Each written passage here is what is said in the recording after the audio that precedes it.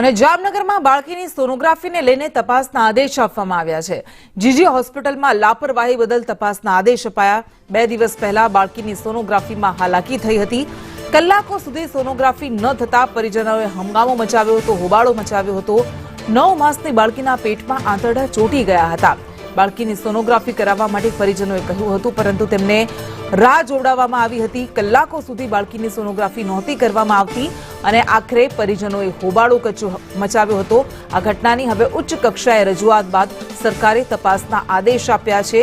જીજી હોસ્પિટલમાં સોનોગ્રાફી માટે લાંબી કતારો લાગે છે અને વચ્ચે મુસીબતની વધુ એક ઘટના 2 દિવસ પહેલાનો જ આ વિડીયો કે જેમાં માસૂમ બાળકને કલાકો સુધી તેની સોનોગ્રાફી નહોતી કરવામાં આવી, જેના કારણે પરિજનોએ હોબાળો મચાવ્યો હતો। 9 માસની બાળકી હતી। 9 માસની બાળકીના પેટમાં આંતરડા ચોંટી ગયા હતા અને એટલા માટે બાળકીને સોનોગ્રાફી માટે મોકલવામાં આવી હતી, પરંતુ સોનોગ્રાફી કરાઈ નહોતી।